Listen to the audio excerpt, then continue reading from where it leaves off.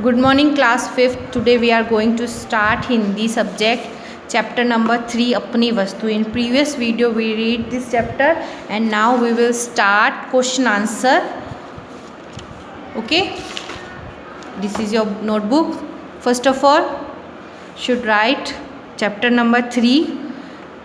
ठीक है, फिर नीचे वाली लाइन में चैप्टर का नाम, अपनी वस्तु, फिर ये शब्दार्थ सारे करने हैं. ठीक है, ये मैंने आपको उस पहली वाली वीडियो में रिपीट कर चुकी हूँ. ठीक है, अब आते हैं प्रश्नों के उत्तर लिखिए.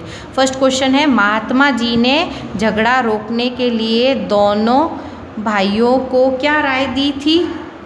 तो आंसर है, महात्मा जी ने झगड़ा रोकने के लिए दोनों भाइयों को यह राय दी कि जिस भूमि के लिए झगड़ रहे हो उसी से पूछ लो उसका असली मालिक कौन है. ठीक है, तो दोनों भाइयों में जब झगड़ा हो रहा था तो मैंने बताया था महात्मा जी ने क्या राय दी थी कि भाई भूमि से ही पूछ लो कि वो किसकी है.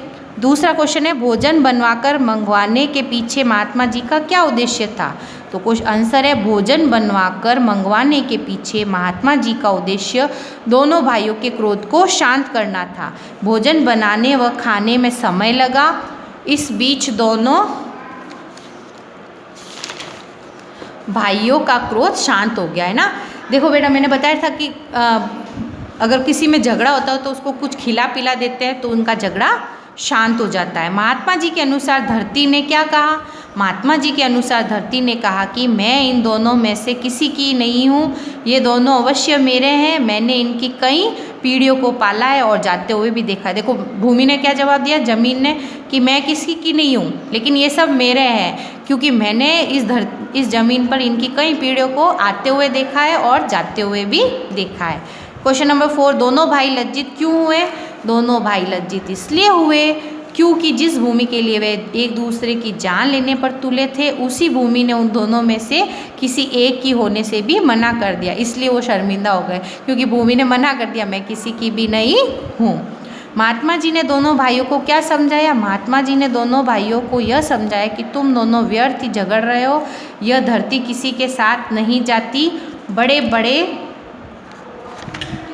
छत्रपति राजा भी इसे अपना अपना कहकर खाली हाथ चले गए. मैंने बताया था ना कि भूमि क्या बोलती है कि मतलब महात्मा जी ने क्या कहा कि ये भूमि किसी की भी नहीं है क्योंकि इस भूमि पर कितने लोग आए और कितने ही लोग चले गए, लेकिन ये भूमि किसी के साथ गई क्या?